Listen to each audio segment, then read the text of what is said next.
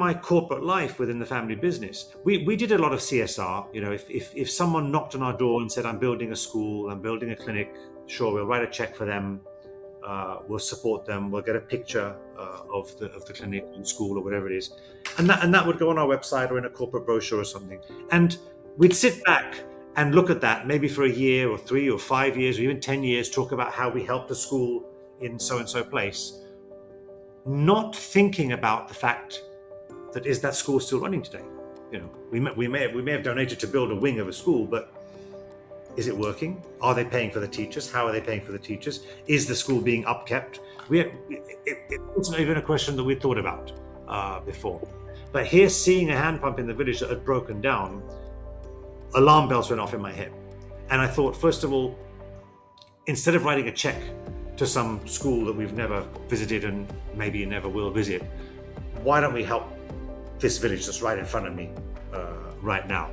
So that's what got me into this, but got me into thinking not only are we going to build something, but we're going to build something that is going to last. And I didn't want the next guy like me to be driving along in 2 years' time and see the work that we'd built broken down in the same way. So it's quite fortunate you had those CSR initiatives in your organization, because that sort of got you into the framework of trying to solve the problem. And then as you spent more and more time learning about the problem, that's what motivated you to really take on the problem. If you hadn't had that, then maybe you wouldn't have been open to even addressing it, and you would have just driven on, right? I think that's fair. I think that's fair. I can be quite, now I'm 10 years into this journey.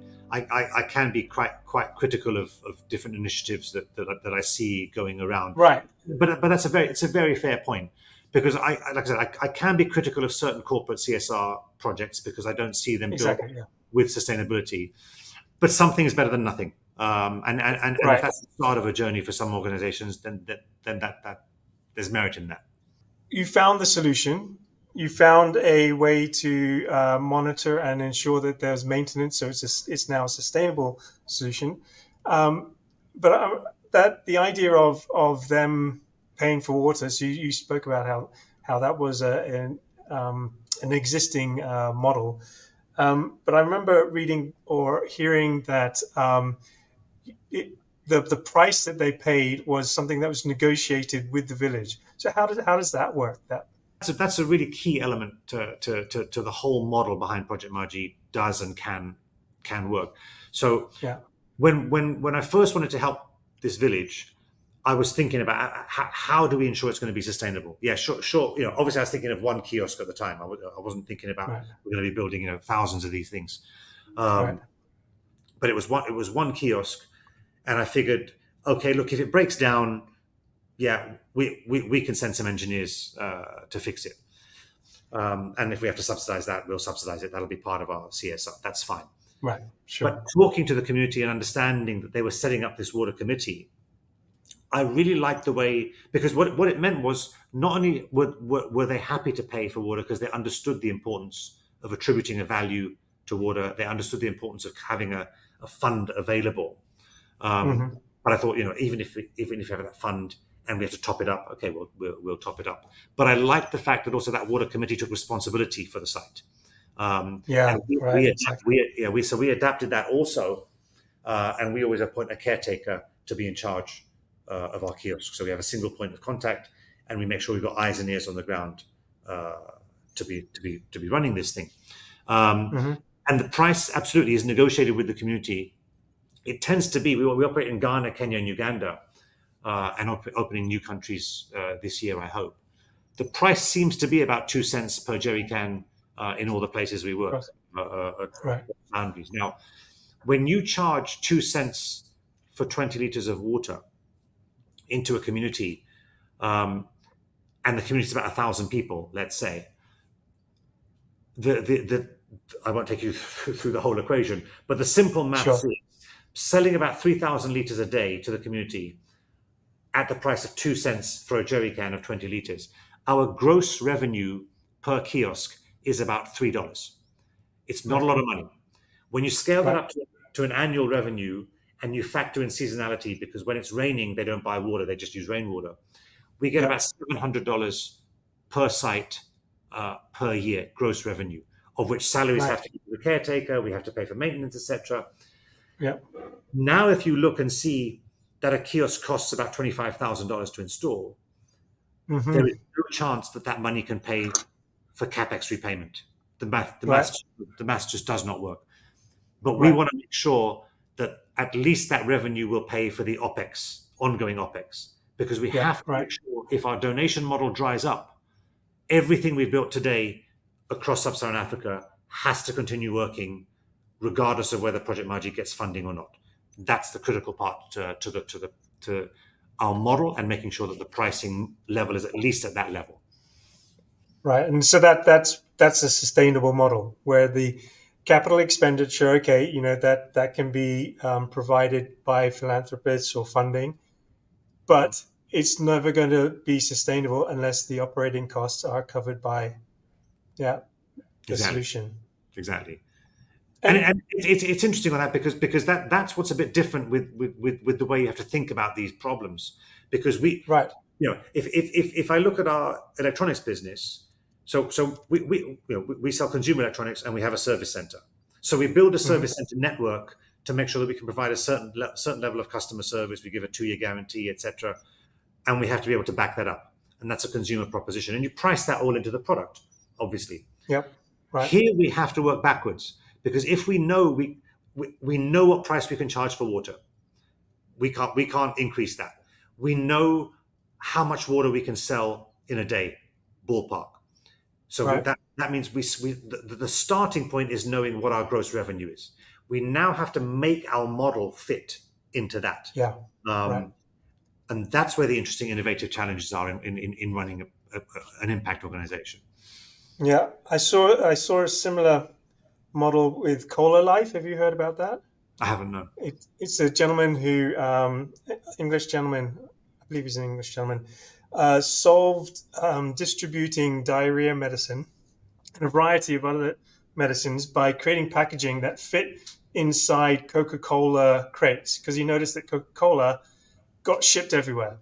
Mhm. And it was similar. He figured out the value chain, and then he figured out, all right, so our thing needs to fit that cost profile. It was a very successful program.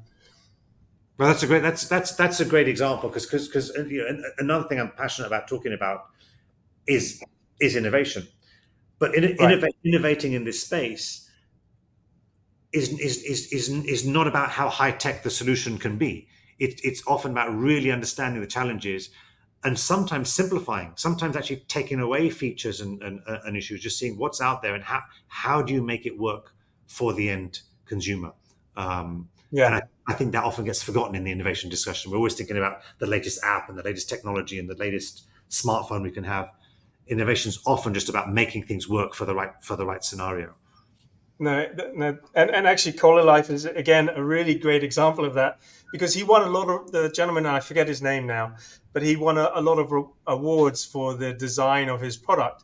But he said that actually, in the end, what they learned was that the packages would arrive in a distribution center, and the locals would actually take them out of the crates and then stick them on the back of bikes. And for the last 5 miles, it was delivered through the local distribution system. Wow, And so their methodology actually didn't solve the problem like they thought it would, but it still it got them 90% of the way there.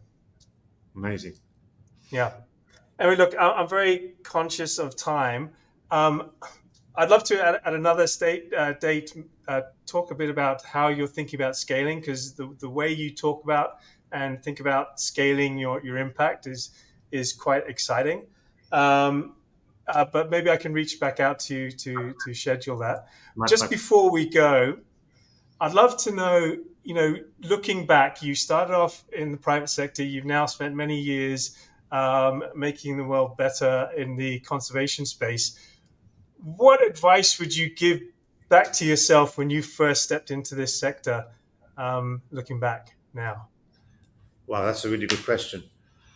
Um, so I got into this not thinking about starting a non-profit. I came to it with being someone from a for-profit background and seeing a Mm-hmm. problem that I thought we could solve with a business model. I didn't really think about for-profit or not for profit. Mm-hmm. And I think what I learned over the first few years, one was you need an immense amount of patience in this field, Right. because Right. the funding models are completely different. Um, Yeah.